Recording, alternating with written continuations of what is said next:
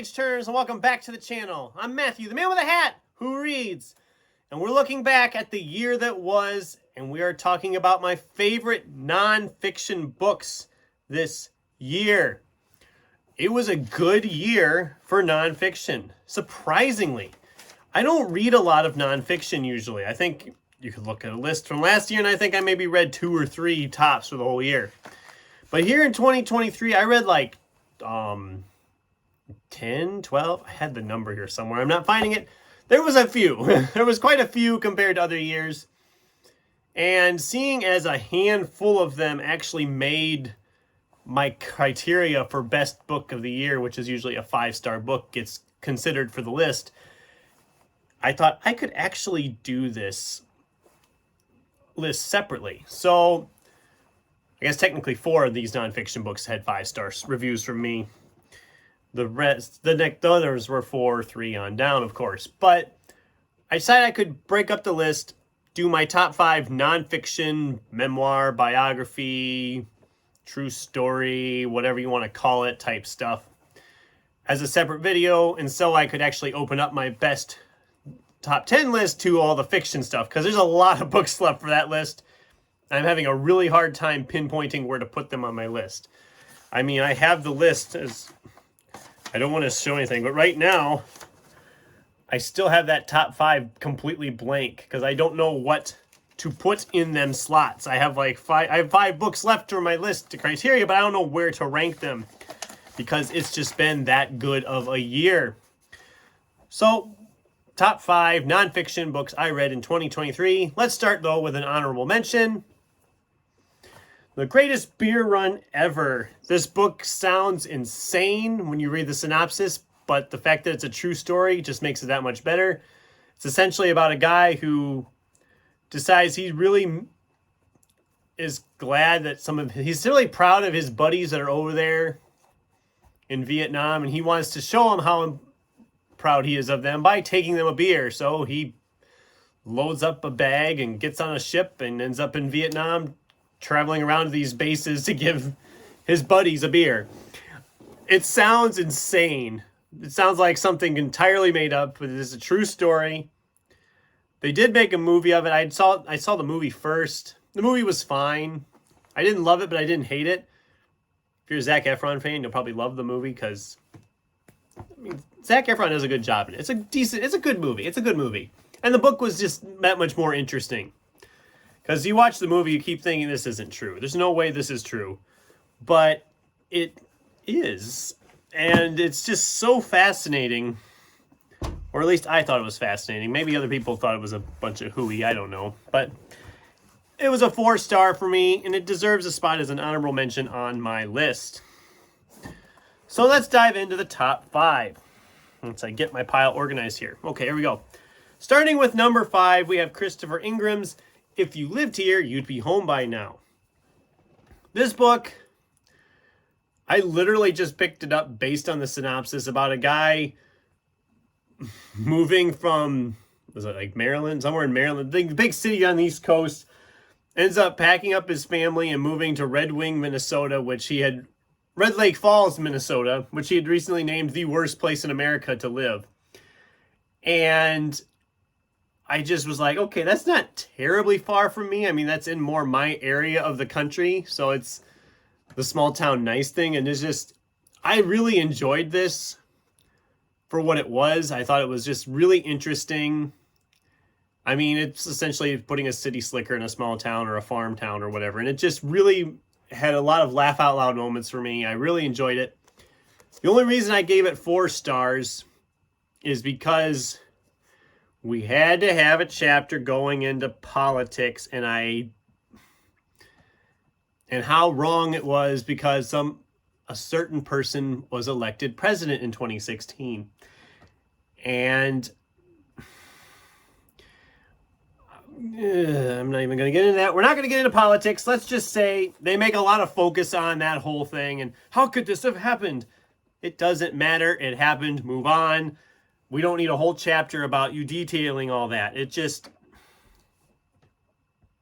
don't care who you voted for. And people saying that they care who someone voted for, it's bull. It's just bull. Just Moving on. Number 4 was Underexposed, the 50 greatest movies never made. I've done reviews for almost all of these, actually, I guess. But again, I loved this, looking at these movies that have never been produced, briefly talking about the problems they had, the illustrators that made posters for them. If I could find one now. Or about Monster Apocalypse in 3D. I really enjoyed this. I didn't put it higher on the list because I think some of it, I wanted more detail from some of them. It's not a terrible thing. If you're into movies at all, it's a great gift for the movie lover in your life. Or if you just wanted to find out more about some of these movies that we didn't get. I loved it. I recommend it. It was a 5-star for me and worthy of number 4 on the list. At number 3, we have James Herriot's All Creatures Great and Small. It's essentially a memoir of a young man who is a veterinarian in Yorkshire area.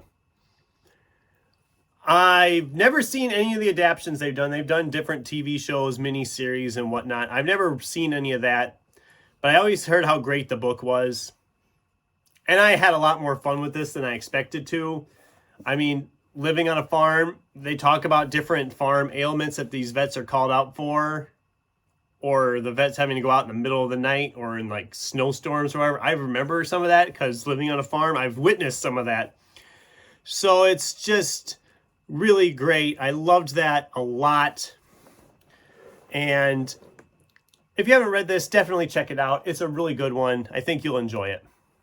At number 2, we have Les Standerford's The Man Who Invented Christmas. How Charles Dickens' A Christmas Carol rescued his career and revived our holiday spirits.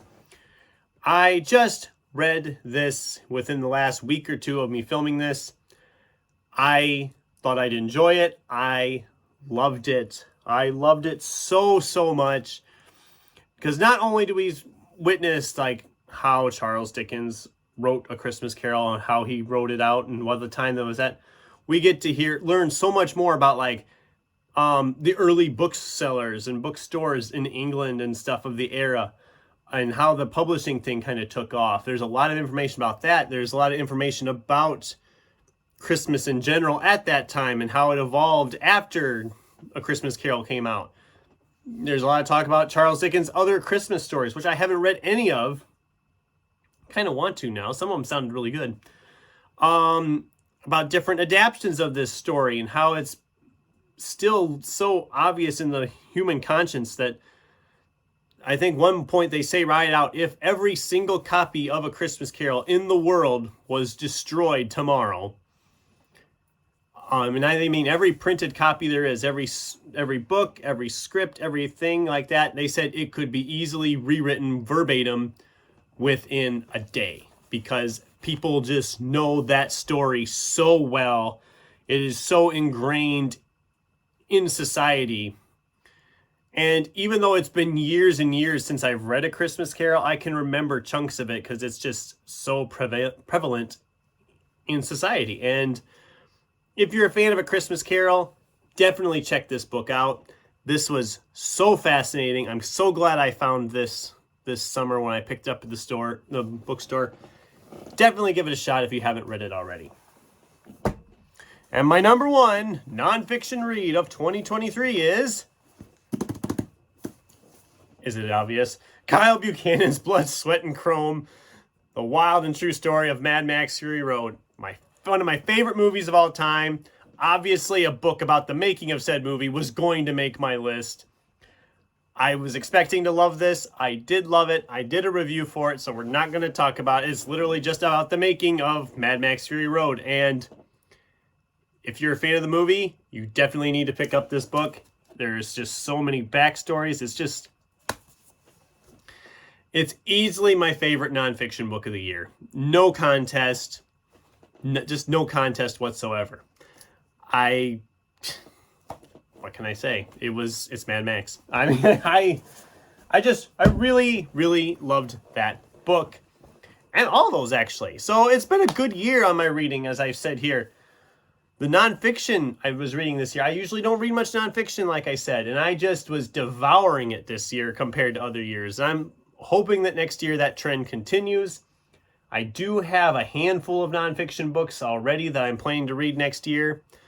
There's a couple other ones I want to get at the local library, and who knows what other ones might pop up in the months to come. So that's my top 5 nonfiction books of 2023. What did you guys think? Have you read any of these? Do any of these sound interesting to you? What was your top nonfiction book, if you read any nonfiction this past year, of 2023? I'd love to hear from you and get a discussion going in the comments down below. Thanks for watching, and until next time, keep turning pages.